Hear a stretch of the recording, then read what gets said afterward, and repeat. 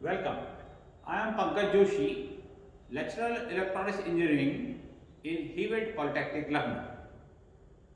Today I am going to deliver a lecture on flip-flops. Flip-flops are there in your course of electrical engineering department, third semester. Flip-flops are electronic circuits. They are made up of gates. Gates are AND or NAND NOR, XOR and NOR gates. अब gates क्या होते हैं? Gates are electronic circuits, means they are made up of diodes, transistors and resistances. In digital electronics, there are only two outputs, either 1 or 0, either low or high, means it is the value is either true or false. Gate के द्वारा हम electronics के circuit बनाते हैं, उन्हें कहते हैं combination circuits. हर gate की अपनी ट्रूथ टेबल होती है और जब कई गेट मिला के आप बनाते हैं सर्किट, तो उस नए सर्किट की भी एक फाइनल ट्रूथ टेबल होती है। फ्लिप फ्लॉप के ब्लॉक डायग्राम में आपके पास कॉम्बिनेशन सर्किट्स हैं, साथ ही मेमोरी एलिमेंट भी है। अब बात है कि कॉम्बिनेशन सर्किट्स क्या है। कॉम्बिनेशन सर्किट्स आपके जो हैं, इसमें आप कई गेट मिला के कोई फाइनल सर्किट तैयार करते हैं।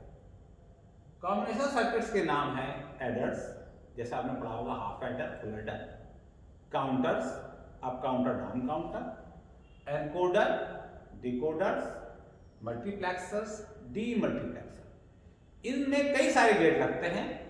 इनका आउटपुट डिपेंड करता है कि आपने इनपुट में क्या दिया। बस जैसे आप इनपुट चेंज करते हैं, आउटपुट उसी अकॉर्डिंगली चेंज हो जाता है। फ्लिप फ्लॉप में इससे आगे का स्टेप है। फ्लिप फ्लॉप में ये कॉम्बिनेशन सर्किट तो है, साथ में मेमोरी एलिमेंट भी है। Flip flop 1 bit memory storing device है। यह एक बिट को स्टोर रखता है, चाहे वो बिट आपकी 1 हो, चाहे वो बिट आपकी 0 हो। जैसे कि आपका ये एक स्विच है, इसकी पोजीशन अगर ऊपर है तो ये क्लोज स्विच है। ये जब तक ऊपर रहेगा, चाहे इसको आप पावर दें या ना दें, ये क्लोज स्विच ही रहेगा। अगर इसकी पोजीशन को आप डाउन कर देते हैं, इसको आप यहां से हटा के यहां पे कर देते हैं, तो ये हो जाएगा आपका ओपन स्विच। तो ये अपनी एक पोजीशन को मेंटेन रखता है। या तो ये लो होगा या ये हाई होगा, या तो ये स्विच ओपन होगा या क्लोज होगा, कोई एक हमेशा रखेगा। फिर आप दोबारा इस पर जब कोई एक्शन देंगे तो ये अपनी पोजीशन को चेंज करेगा। उसी प्रकार से फ्लिप फ्लॉप में कॉम्बिनेशन सर्किट होता है, मेमोरी एलिमेंट होता है। आउटपुट जो प्राप्त होता है वो डिपेंड करता है दो चीजों पे। हमने नया इनपुट क्या देना है, पिछला वाला आउटपुट क्या था। So the output of the flip flop depend upon the previous output also. Means अगर आपका पिछला आउटपुट QT है, तो नया आउटपुट QT प्लस 1 डिपेंड करेगा पिछले आउटपुट QT पे और नए इनपुट पे। अगर आप 10वां आउटपुट निकाल रहे हैं, तो वह निर्भर करेगा नए इनपुट पे और नवे आउटपुट पर भी। So flip flops are called sequential circuits. They have two blocks, combination circuit and memory, and the output depend upon two things. What is the new input and what was the last output. बाकी जो combination circuits हैं, ये memory element नहीं होते, ये पिछले output को याद नहीं करते, यह इनपुट बदलने पर आउटपुट को दे देते हैं। We will discuss the first basic flip flop, that is called RS flip flop and its truth table. This is our RS flip flop, means reset set flip flop. ये इसका basic latch diagram है। इसमें हमारे पास दो nor gate हैं, nor gate 1 और nor gate 2। हमने दो इनपुट दिए हैं, रीसेट ऊपर और सेट नीचे, ये ध्यान रखिएगा। नॉर गेट अगर लगा रहे हैं, रीसेट ऊपर कीजिएगा, सेट नीचे लगाइएगा। हमारे पास आउटपुट है QT और उसका अगला आउटपुट आएगा QT+1 ऐसे हमारा पिछला आउटपुट है QT बार, जो कि QT का कॉम्प्लीमेंट होता है, यानी अगर QT 0 है तो ये 1 होगा, अगर वो 1 है तो ये 0 होगा।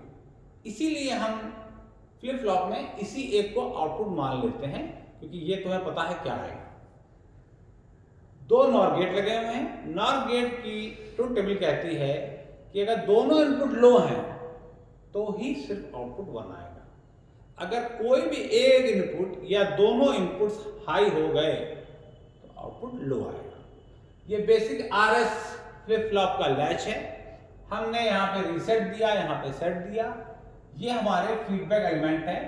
QT फीडबैक में जा रहा है नॉर गेट 2 के, QT कॉम्प्लीमेंट जा रहा है नॉर गेट 1 के फीडबैक। यह इसकी ट्रुथ टेबल है।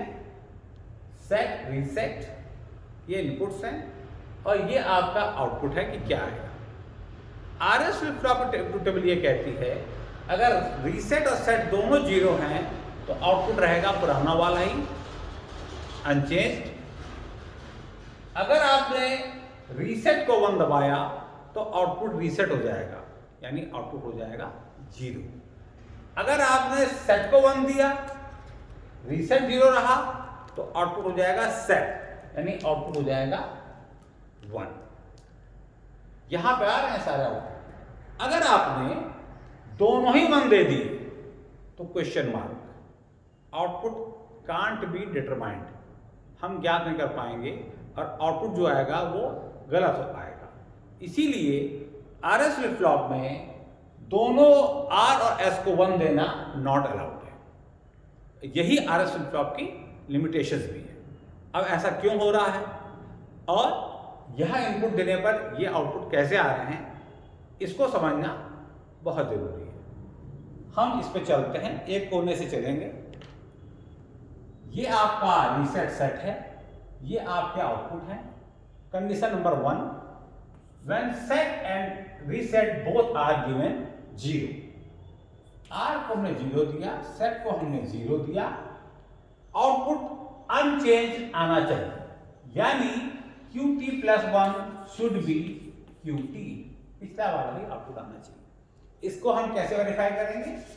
हमने माना QT क्या रहा होगा, या तो 0 या तो 1, तो पहले हम QT को 0 मान लेते हैं। QT हमने माना 0 तो QT रहा होगा हमारा 1। यह 0 लगा फीडबैक में यहां पे, ये 1 लगा फीडबैक में यहां पे। अब हमने रीसेट को 0 दिया, सेट को 0 दिया। इस केस में इसका इनपुट है 0 और 1, तो आउटपुट आएगा 0, और इसका आउटपुट है 0 0। रीसेट हमारा, सेट हमारा 0 दिया हमने, फीडबैक आया था 0। When both the inputs of this NOR gate are 0 the output is 1। So QT हमारा +1 हमारा 0 ही रहा, QT + 1 हमारा 1 ही रहा, अनचेंज्ड। हो सकता है केस नंबर 2, हो सकता है कि हमारा QT पहले 1 रहा, तो क्या ये अभी अनचेंज रहेगा? QT 1 रहा होगा तो QT बार हमारा रहा होगा 0। अब ये 1 फीडबैक में आएगा आपका यहां पे। अब हमने रीसेट को 0 किया, सेट को 0 किया, इसके इनपुट है 0 और 1, तो QT + 1 हमारा रहा 0 ही, ये 0 यहां लगा, तो ये आपका 1 ही रहा। सो QT + 1 भी 1 ही आया, मीन्स अनचेंज्ड। दोनों इनपुट 0 देने पर अगला आउटपुट पिछला आउटपुट ही रहता है। केस नंबर 2, हमने रीसेट को किया 1,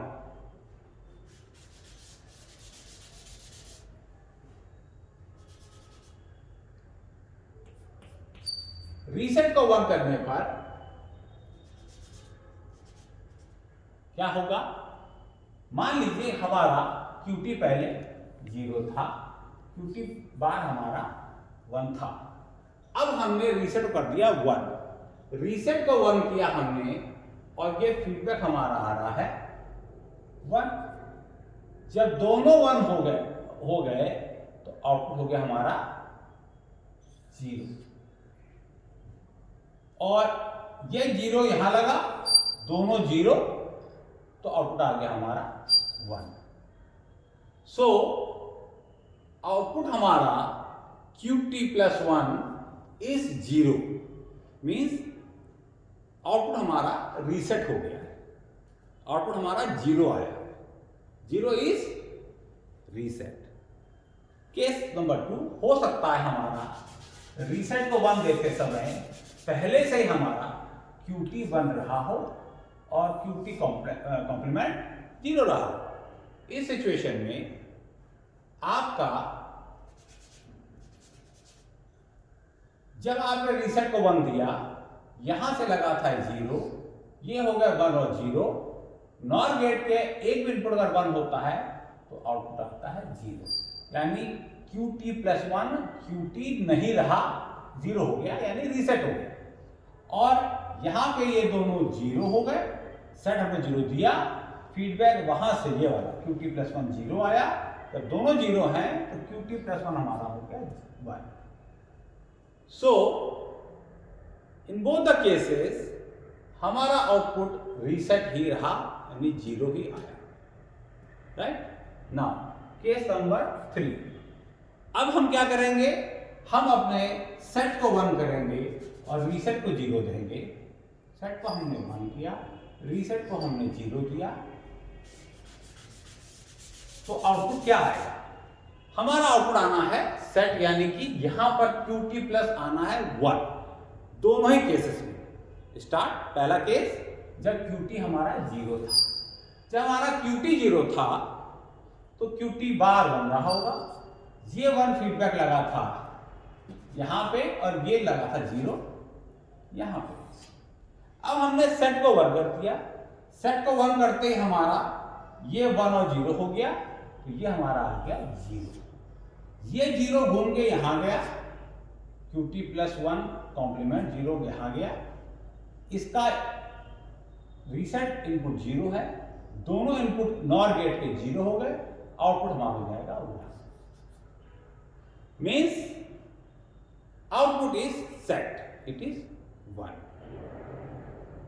आउटपुट सेट होना था, S को 1 देने पर, S को 1 दिया, आउटपुट आपका 1 हो गया। अगर पहले 0 था तो हो सकता है कि पहले आपका ये रहा हो, पहले से 1 तो ये 0 रहा होगा, ये 0 फीडबैक यहां जा रहा है, ये आपका सेट पे यहां 1 है, ये फीडबैक आपका यहां पर 1।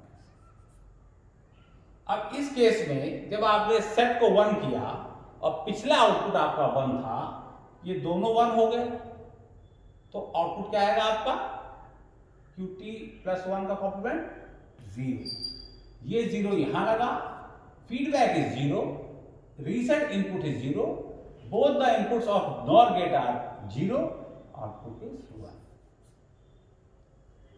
सो सेट को 1 देने पर नेक्स्ट आउटपुट 1 आया, इसलिए अगर आप सेट को 1 करेंगे तो आउटपुट सेट होगा, यानी अगर पहले 0 था तो 1 हो जाएगा, पहले 1 था तो 1 ही बना रहेगा। केस नंबर 4 एंड लास्ट, जो कि हमारा क्वेश्चन मार्क लगा हुआ है, वो ये कहता है कि अगर आपने रीसेट और सेट दोनों को ही 1 दे दिया तो क्या होगा। तो हमने ये रीसेट को 1 दिया, सेट को 1 दिया, और पिछला आउटपुट क्या रहा होगा उसके लिए हमने मान लिया कि पिछला आउटपुट हमारा पहले रहा होगा 0, ये रहा होगा हमारा 1। इस केस में ये फीडबैक आएगा आपका 0, ये फीडबैक आपका जाएगा 1। अब जब आपके पास यहां पर एक इनपुट 0 है, एक इनपुट 1 है, तो आउटपुट यहां पे क्या आएगा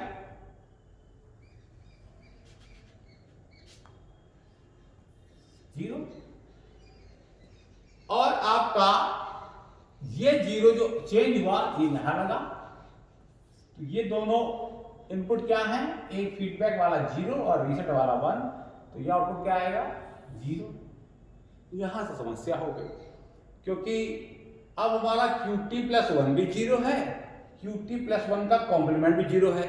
यह संभव नहीं है।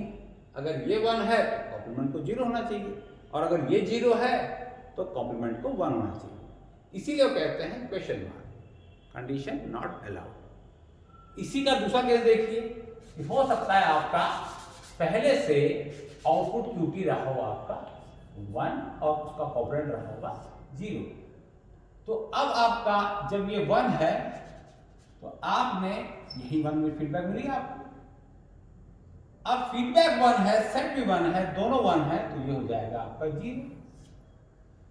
नेक्स्ट आउटपुट का कॉम्पोनेंट 0 आया, यह 0 जब वापस लगा तो अब ये 1 है, ये 0 है, तो ये भी आपका 0 आएगा। फिर वही समस्या आ गई, QT+1 भी 0 है और उसका कॉम्प्लीमेंट 0 है। किसी संख्या का कॉम्प्लीमेंट वह संख्या नहीं हो सकती।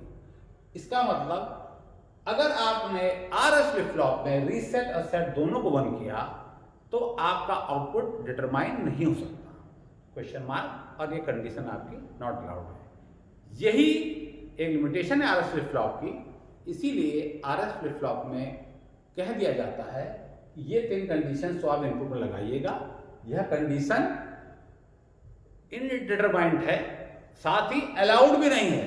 तो आपको सर्किट में यह व्यवस्था करनी पड़ेगी कि कहीं भी किसी भी केस में दोनों इनपुट 1 ना लगे।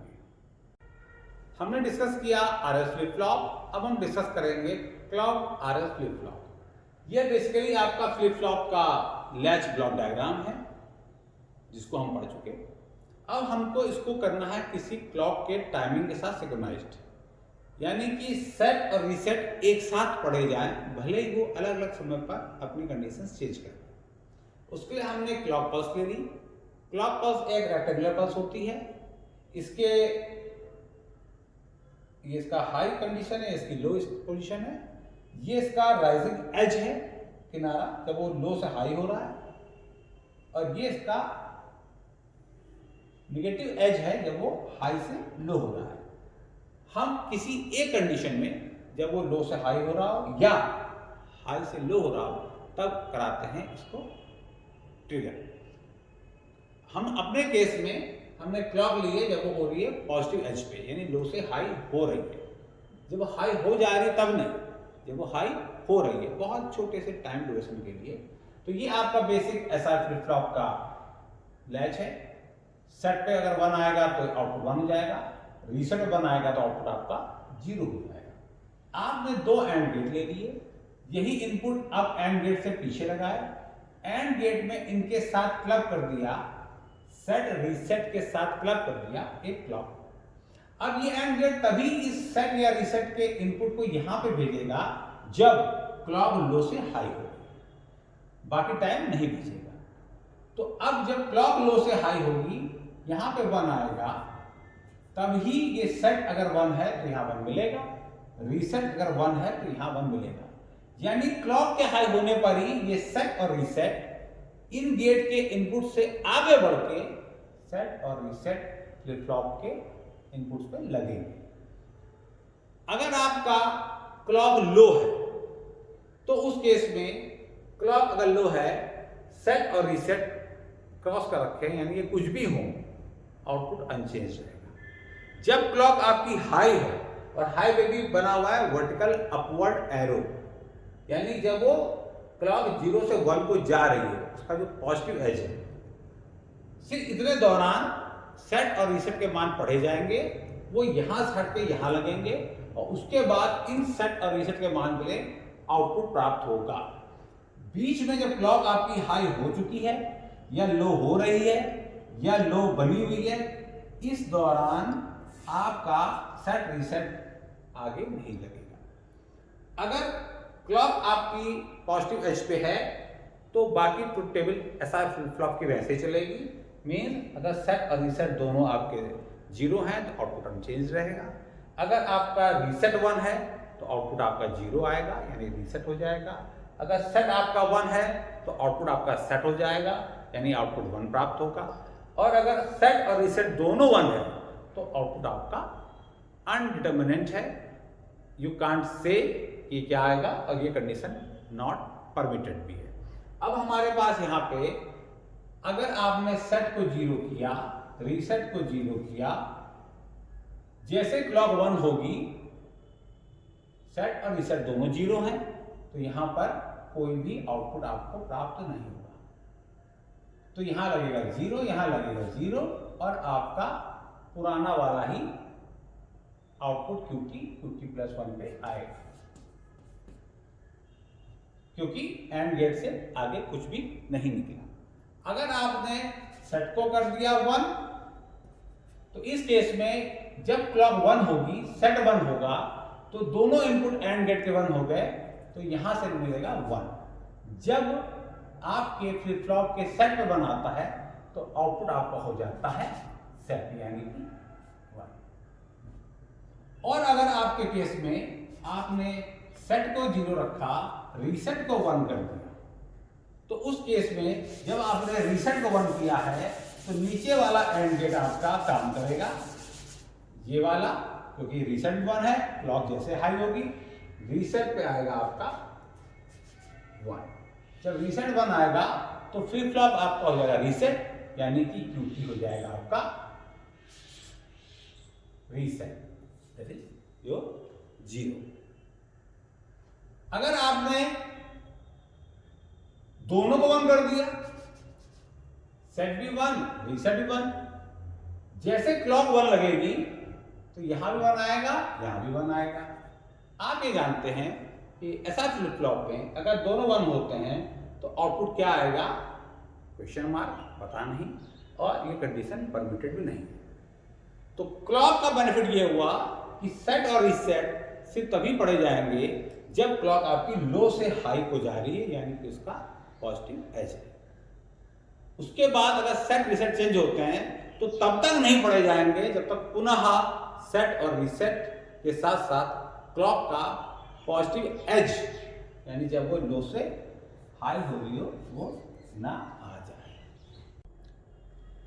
RS फ्लिप फ्लॉप की वर्किंग को एक्सप्लेन करने के लिए हमने एक वेव डायग्राम ड्रॉ किया है। इसमें एक क्लॉक पल्स ली हुई है जो कि क्लाउड RS फ्लिप फ्लॉप के गेट को ट्रिगर करेगी पॉजिटिव एज पर। जब जब क्लॉक 0 से 1 जा रही है, तब तक हमको रीसेट और सेट वाले इनपुट को पढ़ना है और आउटपुट को बताना है। So this is wave shape of clock, this is our input set, reset and clock, और एक्स एक्सिस पे टाइम चल रहा है। टाइम के साथ क्लॉक हाई लो हो रही है और सेट रीसेट के बाद चेंज हो रहे हैं। हमें आउटपुट क्यों निकालना है क्लॉक RS फ्लिप फ्लॉप का। ध्यान एक चीज रखनी है, जब क्लॉक लो से हाई हो, सिर्फ उसी टाइम सेकंड में आपको सेट और रीसेट को पढ़ना है, ना कि बीच के इंटरवल में। अब देखिए, सेट हमारा इनिशियल में 0 है, रीसेट हमारा 1 है, यहां पे आउटपुट हमारा 0 था। अब हमने जैसे क्लॉक का पॉजिटिव एज आया तो दोनों एंड गेट खुले, सेट पढ़ा गया 0, रीसेट पढ़ा गया 1, यानी कि आउटपुट रीसेट कर लीजिए, आउटपुट हो गया आपका लो, क्योंकि जब रीसेट हाई होता है तो फ्लिप फ्लॉप का आउटपुट रीसेट यानी 0 हो जाता है। अब इस बीच में कोई भी चेंज आएगा, जैसे ये चेंज आया, इसके लिए कोई भी रिस्पॉन्ड नहीं होगा।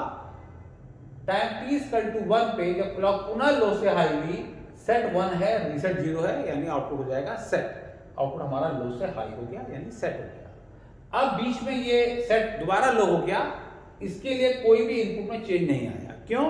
कि चेंज पढ़ा जाएगा जब क्लॉक लो से हाई होगी, पॉइंट नंबर 2 पे। टाइम t=2 पे क्लॉक लो से हाई हुई, इस पॉइंट पे फिर पढ़िए, सेट आपका 0, रीसेट आपका 0, सेट रीसेट दोनों 0 होंगे तो आउटपुट आता अनचेंज। पहले क्या था? हाई, हाई ही बना रहने दो, राइट। फिर यहाँ पे सेट लो से हाई हुआ, इसके लिए कोई चेंज नहीं आएगा। जब t=3 पे क्लॉक लो से पुनः हाई होगी, तब हमने पढ़ा सेट हमारा 1, रीसेट हमारा 0, यानी फ्लिप फ्लॉप का आउटपुट आएगा सेट यानी 1। वो पहले से 1 था तो आगे भी 1 ही बना रहा। टाइम t=4 पे क्लॉक हमारी पुनः लो से हाई हुई, उस समय सेट हमारा है 1, रीसेट हमारा है सेट हमारा है 0, रीसेट हमारा है 1, तो आउटपुट हो जाएगा रीसेट यानी कि लो। ये देखिए लो हो गया।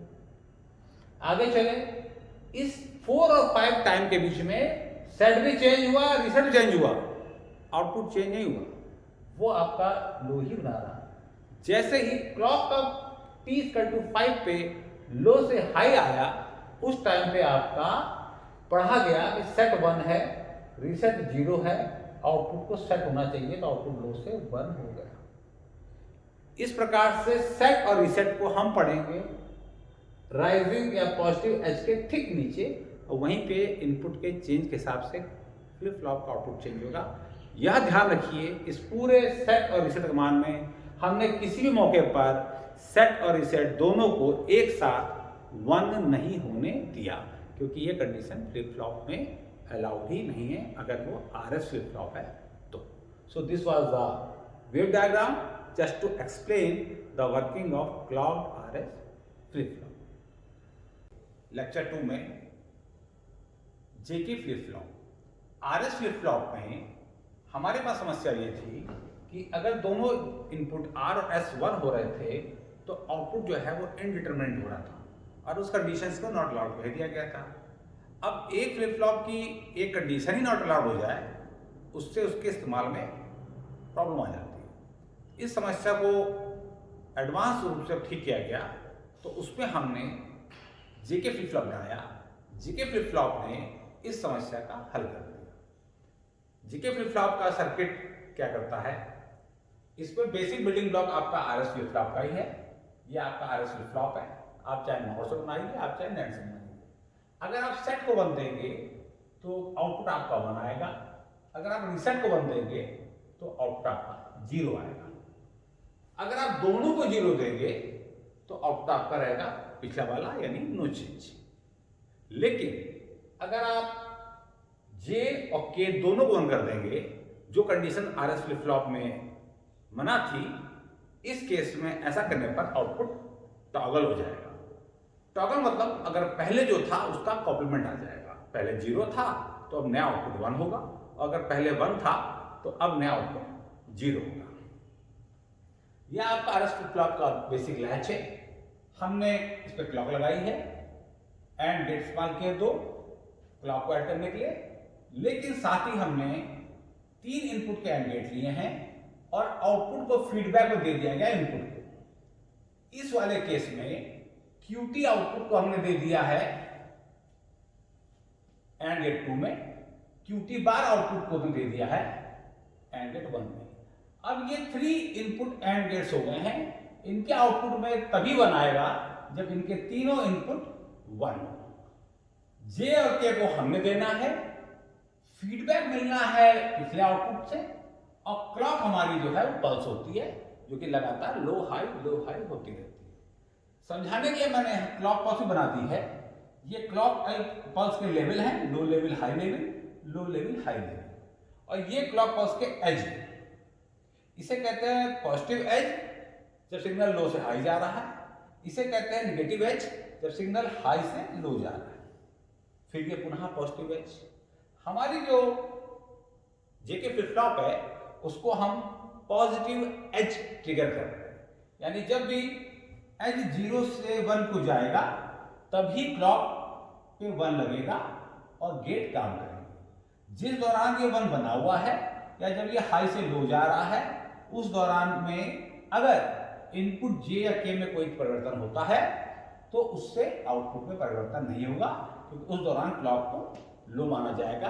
क्लॉक सिर्फ आपकी एज ट्रिगर है। अब जैसे हमने RS फ्लिप फ्लॉप को एक्सप्लेन किया था, वैसे हम केस बाय केस इसको करेंगे चेक जेके फ्लिप फ्लॉप। पहला case, when clock is low, जब क्लॉक लो है, J और K कुछ भी हो, don't care, cross, output unchanged रहेगा, यानी पिछला वाला ही रहेगा। अगर क्लॉक आपने 1 की और ये एरो बना, मतलब positive edge a triggered, clock जब भी पॉजिटिव एज पे ट्रिगर होगी उसी क्षण में J और K को आप पढ़ेंगे। Now J is 0 and K is 0। First case, जब हमने J को भी रखा 0 और K को भी रखा 0, तो जाहिर बात है दोनों एंड गेट डिसेबल्ड हो गए, क्योंकि उनका एक एक इनपुट लो है। तो यहां पर हमें ना सेट पे ना रीसेट पे हाई मिलेगा ही नहीं, तो आउटपुट परिवर्तित होगा ही नहीं, चाहे आउटपुट में QT 1 रहा हो चाहे 0 रहा हो, दोनों एंड गेट डिसेबल्ड है। J0 K0 output is QT means no change, QT plus 1 output QT ही रहेगा, पिछला वाला आउटपुट ही आउटपुट को दिखेगा।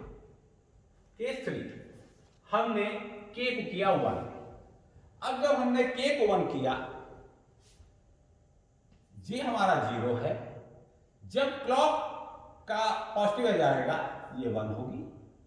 QT के भी दो केस है, QT मान लीजिए पहले हमारा 0 है, अगर QT हमारा 0 है तो QT बार रहा होगा 1, ये 0 लगेगा जाके इस पे, तो ये एंड गेट का आउटपुट तो डिसेबल्ड हो गया, ये QT बार लगेगा जाके एंड गेट 1 पे, तो ये फीडबैक 1 हो गया, क्लॉक 1 है, J 0 है। अब इसमें ये 0 है, इसमें ये 0 है, ना यहां 1 आएगा ना यहां 1 आएगा, आउटपुट आपका रहेगा QT प्लस 1 हमारा रहेगा 0,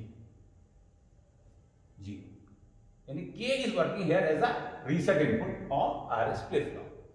दूसरा केस ले लेते हैं, हो सकता हमारा QT 1 रहा हो तो QT बार हमारा 0 रहा होगा,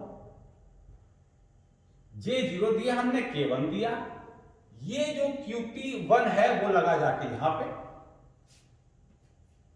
और ये 0 लगा जाके यहां पे। अब इसमें एक इनपुट 0 है, ये एंड गेट डिसेबल्ड हो गया, इसमें जैसे क्लॉक 1 हुई ये तीनों 1 है, ये तीनों 1 है तो यहां पे आएगा 1 आया RS फ्लिप फ्लॉप के रीसेट पे, ये फ्लिप फ्लॉप को कर देगा आपका रीसेट, यानी कि QT प्लस 1 इस पे जाएगी आपकी 0, यानी पहले 0 था तो 0 रहा, पहले 1 था तो अब नेक्स्ट आउटपुट 0 हो गया, यानी output is completely reset, right. अब केस 3 ये कहता है कि K को आप कर दीजिए 0 और J को कर दीजिए 1। उस केस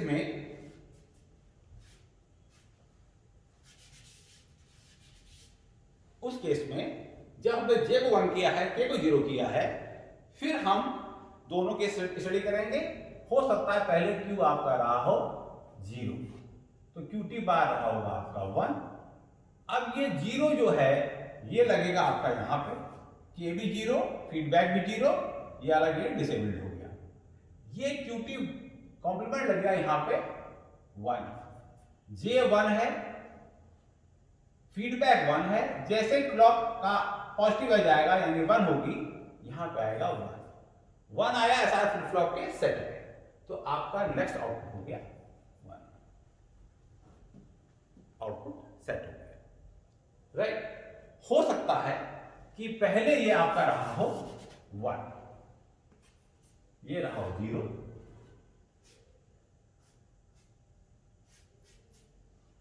J को हमने 1 दिया, K हमने 0 रखा, QT हमारा 1 था, ये 1 फीडबैक में आया इस वाले में, ये 0 गया आपके इस वाले में, अब इसमें फीडबैक 0 है, इनपुट 1 है, ये डिसेबल्ड हो गया, एक भी इनपुट 0 हो जाए एंड गेट का, एंड गेट डिसेबल्ड, ये 0 हो गया, यहां पर K ही 0 है तो ये डिसेबल्ड हो गया, यानी दोनों के दोनों इनपुट डिसेबल्ड रहे, आउटपुट जो पहले था यानी 1 वही बना रहेगा, J is equal to 1, K is equal to 0, output is set. यहां पर हमारा आउटपुट सेट हो गया, यानी 1 ही हुआ। Most important case, that is our last case, when our J is 1 and K is also 1। अब हमारा J भी 1 है, K भी 1 है। आउटपुट में पहली स्थिति अगेन दो केस है, आउटपुट हमारे पास 0 था तो ये 1 रहा होगा, ये 0 फीडबैक होके यहां लगा, ये 1 फीडबैक होके यहां लगा। अब आपका क्लॉक जैसे 1 होगी, ये वाला गेट डिसेबल्ड हो गया क्योंकि इस पे इनपुट 0 है, इसके तीनों इनपुट 1 है, तो ये आपका हो गया आउटपुट आया 1 लगा एसआर फ्लिप फ्लॉप के सेट पे, आउटपुट आपका होगा सेट, यानी आउटपुट 0 से 1 हो गया, आउटपुट कर दिया आपका toggle QT is equal to it is QT complement. हो सकता है कि आपका आउटपुट पहले ही 1 रहा हो, कॉम्प्लीमेंट 0 रहा होगा, उस केस में जे हमने 1 लगाया, कि हमने 1 किया, QT हमारा यहां से गया 1, QT बार हमारा यहां से गया 0, ये वाला गेट डिसेबल्ड हो गया, इस वाले गेट पे फीडबैक भी 1 है, इनपुट भी 1 है, क्लॉक जैसे 1 हुई यहां आया 1, एसआर फ्लिप फ्लॉप के रीसेट लगा 1, इसका मतलब है आउटपुट रीसेट हो जाएगा, तो आउटपुट हो जाएगा आपका 0, पहले 1 था अब 0 हो गया, यानी कि ये हो गया आपका complement of the earlier stage. If J and K both are 1, then the output of the JK flip-flop is complement of the previous stage, that is QT bar, means the output will toggle. अब वो पलट जाएगा। So JK flip-flop has solved the problem of RS flip-flop. अब आप चारों input के case ले सकते हैं और आपको चारों का आउटपुट मिलेगा। RS flip-flop और JK flip-flop में एक ही फर्क है कि JK flip-flop में दोनों इनपुट 1 हो सकते हैं और तब आउटपुट आता है आपका toggle of the previous output. RS flip flop में आर और एस दोनों एक नहीं हो सकते, वह कंडीशन अलाउड ही नहीं। जेके फ्लिप फ्लॉप में ये उसका बेसिक सिंबॉलिक ब्लॉक डायग्राम है। जेके फ्लिप फ्लॉप, दो इसके इनपुट हैं जे और के, आउटपुट क्यू और उसका कॉम्प्लीमेंट क्यू बार, और ये क्लॉक हमारी जो है वो पॉजिटिव एज ट्रिगर्ड है। ये जो ट्रायंगल बना हुआ है ये इंडिकेट करता है कि ये एज ट्रिगर्ड है, ये स्ट्रेट लाइन इंडिकेट करती है कि ये पॉजिटिव एज ट्रिगर्ड है। अगर ये निगेटिव एज ट्रिगर का सिंबल बनाएंगे तो आपको यहाँ पे एक बबल देना पड़ेगा। चूंकि हमारा क्लॉक पॉजिटिव एज ट्रिगर्ड ही बनी हुई है, जहां जहां पर क्लॉक 0 से 1 जा रही है वहीं पे जे और के को पढ़ा जाएगा और आउटपुट उसके अकॉर्डिंग चेंज होंगे। तो हम अपने क्लॉक को दोबारा पॉजिटिव कर देते हैं। इसके अलावा आपके पास दो ऑप्शन और होते हैं, प्रीसेट और क्लियर। प्रीसेट का मतलब यह है कि अगर आप इसको 1 रखेंगे तो आपका आउटपुट पहले से 1 रहेगा, और अगर आप क्लियर को 1 देंगे तो आपका आउटपुट पहले से 0 हो जाएगा। यह हमने वेव डायग्राम बनाया है जेके फ्लिप फ्लॉप की वर्किंग को समझाने के लिए, और यह समझाने के लिए कि हम जे और के इनपुट को जब भी चेंज करें आउटपुट तभी चेंज होगा जब क्लॉक का पॉजिटिव एज होगा, यानी क्लॉक 0 से 1 को जा रही है। ये क्लॉक का वेव शेप है, ये उसका टाइम पीरियड है ए से बी के बीच में, ये उसका ऑन टाइम, ये उसका ऑफ टाइम। ये हमारा जे इनपुट है जो कभी भी बीच में हाई लो चेंज हो सकता है। ये हमारा के है, ये भी कभी भी हाई लो में चेंज हो सकता है। ये हमारा आउटपुट है। अब हमारा आउटपुट शुरू से कुछ मानना था तो हमने अपना आउटपुट 1 लिया है, यानी हमने प्रीसेट पे 1 दिया। अब आप देखिए, स्टार्ट कीजिए पॉइंट ए पे, पॉइंट ए पे ही पढ़ा जाएगा इनपुट्स को और बदलेगा आउटपुट। तो पॉइंट ए पे हमारा जे है 0, के है 1, यानी कि हमारा आउटपुट जो है वो हो जाएगा रीसेट। तो आउटपुट 1 से 0 हो गया। इस के कारण जो क्लॉक से पहले ही 0 से 1 हो गया था, इसके नीचे कोई भी आउटपुट में चेंज नहीं दिखेगा। चेंज होता है क्लॉक के 0 से 1 जाते समय। अब हमारा बात आगे बढ़ी, जे जो है 1 हो गया, लेकिन इसके लिए भी आउटपुट में कोई चेंज नहीं आएगा। कब तक? जब तक कि हमारा दोबारा क्लॉक का पॉजिटिव एज ना आ जाए। यहाँ पे क्लॉक का पॉजिटिव एज आ गया, यहाँ पे पढ़ लीजिए। बी पॉइंट बी पे आपका जे 1 है, के 1 है। जब जे और के दोनों 1 हो तो जे के फ्लिप फ्लॉप पे आउटपुट टॉगल कर जाता है, यानी पलट जाता है। ये देखिए 0 था, इस एच के नीचे पलट के 1 हो गया, राइट। आगे चले, बी और सी के बीच में जे 1 से 0 हो गया, के 1 से 0 हो गया। ना यहां पे आउटपुट बदला, ना यहां पर आउटपुट बदला। ये दोनों चेंज पढ़े गए पॉइंट सी पे जब क्लॉक लो से हाई हुई। क्लॉक के पॉजिटिव एज पे जे 0 पढ़ा गया, के 0 पढ़ा गया। जब जे और के दोनों 0 होते हैं तो आउटपुट अनचेंज्ड, ये हाई था, हाई ही बना रहा, राइट। अब इसके बाद बीच में सी और डी के बीच में जे 0 से 1 हो गया, के 0 ही रहा, पढ़ा गया पॉइंट डी पे। डी पॉइंट पे जे इज 1, के इज 0, यानी आउटपुट क्या आ जाएगा? सेट, यानी 1। अब ये पहले से 1 था तो 1 ही बना रहा। डी से ई के बीच में के हमारा 0 से 1 हो गया, पढ़ा गया यहां पर पॉइंट ई पे। जब क्लॉक लो से हाई हुई हमारा जे पाया गया 1, के पाया गया 1। जब जे और के दोनों 1 होते हैं तो आउटपुट हमारा कर जाता है टॉगल। पहले जो था उसका कॉम्प्लीमेंट, पहले था 0, अब हो गया 1। अब इसे खास बात चीज देखिए, आगे बढ़ने पर जे 1 ही रहा, के 1 ही रहा, कोई चेंज नहीं हुआ। लेकिन जब क्लॉक का पॉजिटिव एज आया तो उस समय जे बराबर के बराबर 1 पर क्लॉक ने कहा टॉगल, यानी लो से हाई कर दिया और आपका आउटपुट फिर हाई हो गया। ये आपके वेव वर्किंग है जेके फ्लिप फ्लॉप की। मुझे लगता है कि इसको समझ के आप ये समझ पाएंगे कि क्लॉक क्या काम करती है और जे और के चेंज होने के कितनी देर बाद आउटपुट में चेंज आता है। चेंज हमेशा पढ़ा जाएगा क्लॉक के पॉजिटिव एज पे। क्लियर? आरएस फ्लिप फ्लॉप में एक समस्या थी कि अगर आर और एस दोनों 1 हो रहे हैं तो आउटपुट जो है आपका इनडिटरमिनेट था। हम नहीं कह सकते थे क्या आउटपुट आएगा और ये कंडीशन अलाउड भी नहीं थी। इसका एक सॉल्यूशन तो किया गया कि जेके फ्लिप फ्लॉप बना दिया गया। जेके फ्लिप फ्लॉप ने उस समस्या का फीडबैक देके सॉल्व कर दिया। इसका एक तरीका और भी है कि आप इसे मान लीजिए D flip flop. D flip flop में हम चाहते हैं कि दोनों इनपुट 1 ना लगे, तो ये आपका एसआर फ्लिप फ्लॉप का बेसिक लैच है। ये आपका क्लॉक लगा हुआ है।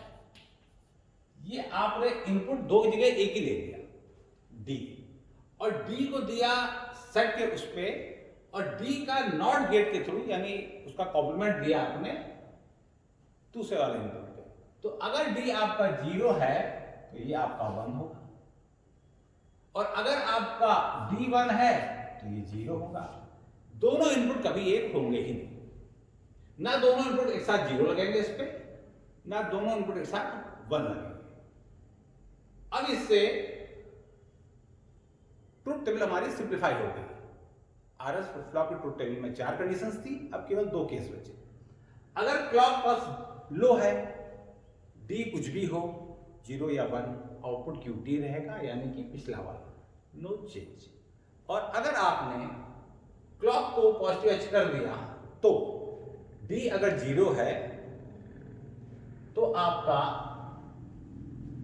आउटपुट जो है वो हो जाएगा रीसेट, और अगर आपका डी 1 है तो आउटपुट हो जाएगा आपका सेट। अब अगर आपका डी 0 है तो यहां 0 लगेगा, लेकिन ये जाएगा 1, तो यहां मिलेगा 1, रीसेट 1 मिलेगा, तो आउटपुट आएगा आपका 0। This is the first case. D को हमने 0 दिया, ये वाला 1 लगा, रीसेट को 1 किया आपने, तो आउटपुट रीसेट हो गया, यानी 0 हो गया। अगर आपने डी को 1 दिया तो ये 1 क्लॉक के पॉजिटिव होने पर यहां 1 प्राप्त हो गया और यहां पे 0 आएगा। अब सेट पे 1 आया तो क्यू आपका हो गया सेट, यानी कि 1। 2 ही केस हैं, इनपुट कभी दोनों 1 होंगे नहीं और दोनों 0 भी नहीं हो पाएंगे, लेकिन दोनों जब इनपुट 0 होते हैं आरएस फ्लिप फ्लॉप में तो आउटपुट क्या आता है? No change. तो जब आउटपुट नो चेंज ही आना है तो वो केस खड़ा भी नहीं हुआ। तो इस प्रकार D flip flop is a delay flip flop. Clock pulse के आने पर ये आउटपुट को, इनपुट को आउटपुट पे भेज देता है। ये इनपुट तब तक आउटपुट पर नहीं जाएगा जब तक क्लॉक का पॉजिटिव एज नहीं आएगा, और जैसे क्लॉक का पॉजिटिव एज आएगा ये उसको आगे बढ़ाते हैं। So it is a delayed flip flop. Okay.